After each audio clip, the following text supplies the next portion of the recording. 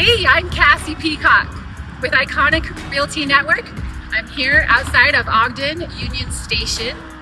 You might not know how significant the history is of Ogden Union Station. That's what I'm going to tell you about today. This was not always guaranteed to be here in Ogden. In 1869, when the Transcontinental Railroad was completed at Promontory Summit, multiple towns competed to have the station in their town to become the main railroad hub of the Intermountain West. And Ogden is now known as the crossroads of the West, or it was known back then, but it was almost, and it was expected to happen in Corinne, Utah, which Corinne is just up Highway 15, just up like 15-20 minute drive. And so why did Corinne not get it? Well, there were some major differences in the players. Corinne was founded by non-Mormon, back then they were known as Gentile investors, and Ogden was a Mormon settlement.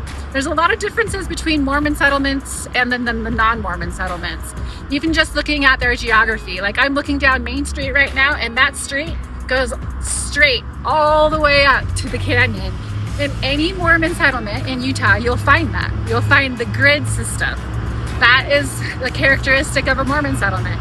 Now, if you go to somewhere like Corinne or Park City, it's all just like somebody took a bunch of roads, shook them up in their hand and threw them out, and hopefully the roads would make sense. And so that's the difference between those two types of settlements. Well, Brigham Young wanted the Mormon settlement here in Ogden. And so he negotiated with the railroad owners to give them 130 acres of land. And so that is why Ogden was chosen over Corinne. And infrastructure is so hugely important because when Corinne did not get the railroad station, their economy basically dwindled. People moved out and it was essentially a ghost town. On the other hand, Ogden boomed. I mean, you can see today there was like up on Jefferson Avenue, there's a whole row of $1 million homes that were built in like the 1870s and the 1880s because the railroad brought people to Ogden. In fact, when the railroad came into town, people from the city, people from the town would come to the railroad station and just hang out and see who was coming into town. It was like the Instagram of the day. That was their social media.